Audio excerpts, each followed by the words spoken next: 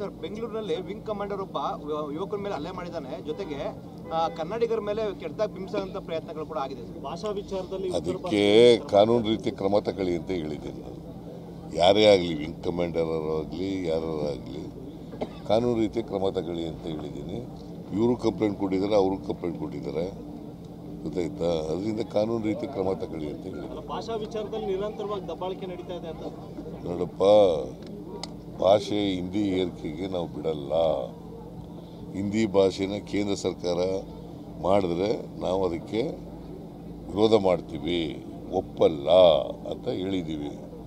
That is our stand, state government stand.